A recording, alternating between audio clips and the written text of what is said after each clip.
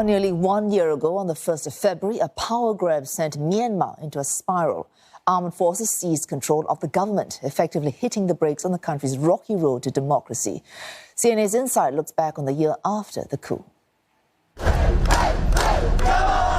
Across Myanmar, hundreds of thousands of people took to the streets to protest against the coup.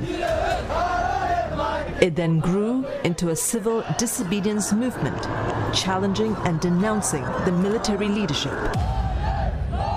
Right after the military's coup, the people actually got onto the streets. More than 400,000 civil servants joined the movement. Whether it's urban or rural or village, you see these general strikes across the country, 95% of the geographical area. But then the violence came from the military side, very severe. The military's restrained response during the first wave of the peaceful protests soon escalated into a bloody crackdown. We've seen the government seek to consolidate control of the state apparatus and then also of territory, and really struggled to do that given the level of opposition within the country that manifested itself initially through nonviolent protest. That was put down through a really aggressive series of atrocities that occurred in March and April. The use of excessive force against unarmed protesters had shocked the world to its core. Soldiers were seen firing live ammunition at civilians. On March 3rd alone, at least 38 people were killed and hundreds arrested. It was just the beginning of the military's escalating violence against civilians. 24-year-old Nine is among those who lived through the terror of the military's violent crackdown that day, the same day when his wife was arrested by the authorities.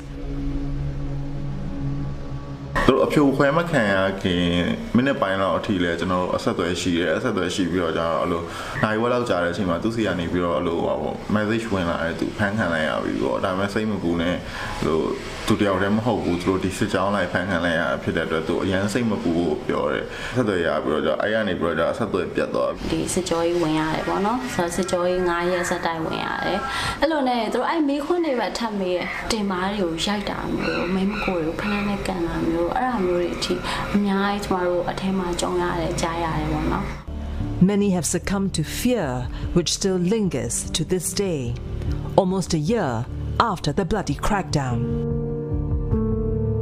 Very colorful and very diverse protests earlier in February. And of course now people ask me, oh, have the protests stopped? And I said, well, of course they stopped, because if you go to the streets they will shoot you in the head. So who on earth would go out right now? While the people are now terrified to take part in the anti-government demonstrations again, there remains a deep-seated anger towards the military's forced takeover and level of brutality.